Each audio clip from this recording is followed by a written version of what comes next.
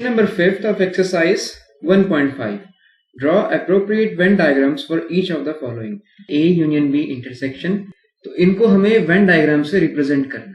तो Venn diagram क्या होते हैं, ये आपके सामने है एक वेन डायग्राम। ऐसे हम वेन डायग्राम बनाते हैं। इसमें जो ये एक रेक्टेंगल है ये रिप्रेजेंट करता है यूनिवर्सल सेट को। यहाँ पर ये लिखा है यू, इसका मतलब है यूनिवर्सल सेट, जिसमें सारे सेट के एलिमेंट आते हैं। सारे सेट इसके लिए एक सबसेट होते हैं।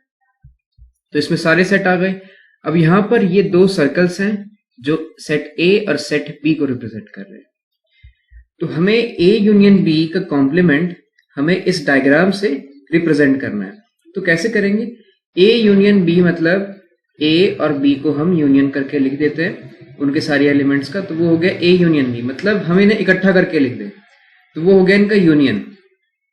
अब उसका भी कॉम्प्लीमेंट, तो मतलब यूनिवर्सल सेट में से ए यूनियन बी को अगर हम निकाल देंगे तो जो भी बचा वो इसका कॉम्प्लीमेंट हुआ। तो हम क्या करेंगे, ए और बी दोनों सेट को छोड़कर जो भी बचा वो इसका आंसर होगा। तो यहां पर हम इसे कुछ इस तरह से रिप्रेजेंट करेंगे।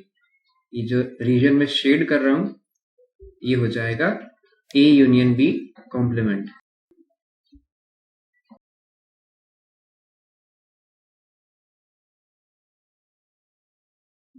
तो ये हो गया ए और बी सेट, इनका यूनियन हो गया ए यूनियन बी।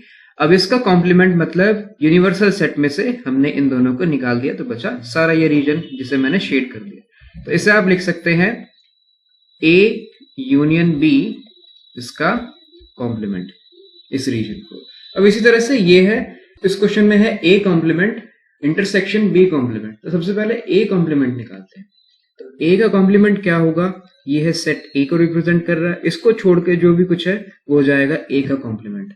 तो इसे मैं ब्लू लाइन से शेड कर देता हूं जो भी ए का कॉम्प्लीमेंट।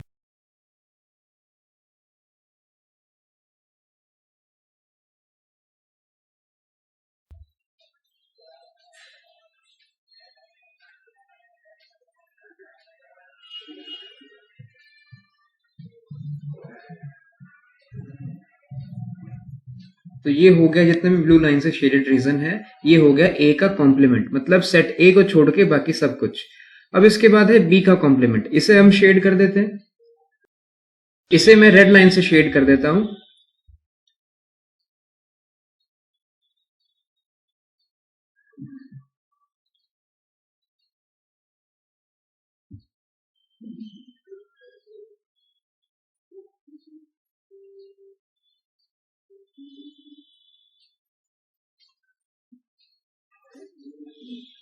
तो ये हो जाएगा बी का कॉम्प्लीमेंट। ब्लू रीजन से जो शेड कर रखा है वो है ए का कॉम्प्लीमेंट, और जो बी रेड रीजन से कर रखा है वो है बी का कॉम्प्लीमेंट। तो इस तरह से हम इसे रिप्रेजेंट करेंगे इस क्वेश्चन को। अब third part, A intersection B इसका कॉम्प्लीमेंट। तो ए इंटरसेक्शन बी क्या होगा, ये है ए सेट और बी सेट, इनका इंटरसेक्शन होता है जो इनमें कॉमन हो। ये पार्ट, ये हो गया इनका इंटरसेक्शन। अब इसको छोड़ के बाकी सब कुछ, कॉम्प्लीमेंट का मतलब इसे छोड़ दिया, बाकी सब कुछ जितना भी यूनिवर्सल सेट में, इसे शेड करना है। इसे शेड कर देते हैं हम।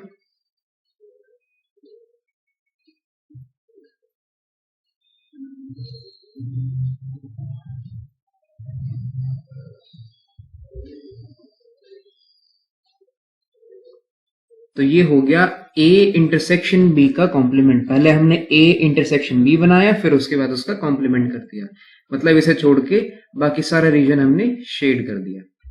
अब इसी तरह से इस पार्ट पे आते हैं हम। ये है A complement union B complement, जैसे मैंने सेकंड क्वेश्चन किया था कुछ उसी तरह है। ये ए का कॉम्प्लीमेंट निकालेंगे और बी का कॉम्प्लीमेंट निकालेंगे। तो पहले यहां पर मैं ए के लिए रीजन शेड कर देता हूं ए कॉम्प्लीमेंट, तो मतलब ए छोड़ के मैं सब कुछ शेड कर दूंगा यहां पर। यह है ए सेट, इसको नहीं करना हमने, बाकी सब जितना भी रीजन है इसे हम शेड कर देंगे। तो ये हो गया ए कॉम्प्लीमेंट। अब इसके बाद हम लेंगे बी कॉम्प्लीमेंट।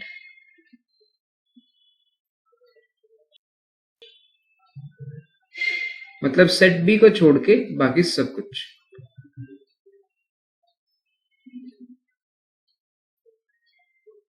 तो ये हो गया बी का कॉम्प्लीमेंट, और जो रेड से शेडेड है वो है ए का कॉम्प्लीमेंट।